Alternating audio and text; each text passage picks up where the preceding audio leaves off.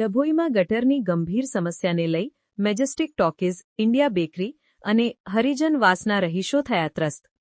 ડભોઈ શહેરના મેજેસ્ટિક talkies, India bakery અને હરિજનવાસ વિસ્તારના સ્થાનિક રહીશો છેલ્લા ઘણા સમયથી ગટરની ગંભીર સમસ્યાને કારણે ભારે પરેશાની ભોગવી રહ્યા છે. આ ત્રણેય વિસ્તારના અસંખ્ય લોકો તેમની વેદના અને માંગણીઓ સાથે ડભોઈ નગરપાલિકા ખાતે રજૂઆત કરવા આવ્યા હતા. રહીશોના જણાવ્યા અનુસાર તેમના વિસ્તારમાં ગટરના પાણી ઉભરાવાને કારણે ભયંકર ગંદકી ફેલાઈ ગઈ છે. ગટરનું ગંદુ પાણી રસ્તા ઉપર ફરી વળ્યું છે, જેના કારણે તીવ્ર દુર્ગંધ ફેલાય છે. સ્થાનિકોને સતત બીમાર પડવાનો ભય સતાવી રહ્યો છે. ગંદા પાણીના કારણે રસ્તા ઉપર લીલનું જાડું થર જામી ગયું છે, જે અત્યંત લપસણું છે. આ લીલના કારણે લપસી પડવાની ઘટનાઓ બની છે, જેમાં તાજેતરમાં એક મહિલાને પગમાં ઈજા પણ થઈ છે. ગટરના પાણીના નિકાલની સમસ્યા એટલી ગંભીર છે કે સ્થાનિક લોકો તેમના લગ્ન પ્રસંગો અને અન્ય સામાજિક કાર્યો પણ તેમના ઘરે યોજી શકતા નથી. ઘરમાં ગંદકી હોવાથી અને બહાર પાણી ભરાયેલું હોવાથી હોલ ભાડે રાખીને પ્રસંગો કરવા પડે છે, તેવી એક રહીશે પોતાની મુશ્કેલી વ્યક્ત કરી. સ્થાનિકોએ જણાવ્યું કે તેમણે અગાઉ પણ આ સમસ્યા અંગે નગરપાલિકાને વારંવાર રજૂઆત કરી છે, પરંતુ આજ સુધી તેનો કોઈ નક્કર નિકાલ આવ્યો નથી.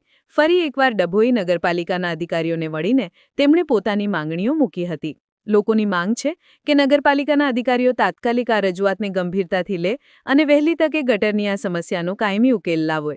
નગરપાલિકાના અધિકારીઓએ પ્રતિનિધિમંડળને વહેલી તકે સમસ્યાનો નિકાલ આવી જશે તેવું આશ્વાસન આપ્યું છે. હવે ડભોઈની જનતા રાહ જોઈ રહી છે કે નગરપાલિકાનું આ આશ્વાસન ક્યારે નક્કર કાર્યવાહીમાં પરિવર્તિત થાય અને આ ત્રણેય વિસ્તારના લોકોને ગંદકી અને દુર્ગંધમાંથી મુક્તિ મળે. આજ રોજ અમે સર્વ વોર્ડ નંબર 3ના નાગરિકોને લઈને હું પ્રતિનિધિ તરીકે એક રજૂઆત કરવા માટે આવેલો છું કે ઇન્ડિયા બેકરી હરિજનવાસવાળા વિસ્તારમાં છેલ્લા ઘણા સમયથી ગટર ઉભરાવાની સમસ્યા આવી રહી છે. ગટર ઉભરાવાની સમસ્યાને લઈને વિસ્તારમાં ઘણા એવા બીમારીઓના કેસો પણ નોંધાઈ રહ્યા છે છોકરાઓના, અને લગ્ન પ્રસંગ પણ આવી રહ્યા છે, છતાં પણ પાલિકા દ્વારા કોઈ લાલ આંખ કરીને જોવામાં આવતું નથી. છતાં પણ ઘણી રજૂઆતો મૌખિક કરવામાં આવી, લેખિત કરવામાં આવી, છતાં પણ પાલિકાની આંખ અને ઊંઘ ઉડતી નથી અને તેમની આંખ પણ ખુલતી નથી. ચોંકાવનારી વાત અને આશ્ચર્યની વાત એ છે કે આ જ વિસ્તારમાં પાલિકાના ચૂંટાયેલા સભ્યો પણ રહે છે, છતાં પણ સભ્યોને અને રજૂઆત કરવા છતાં પણ અમારી રજૂઆતોને સાંભળવામાં આવી નથી.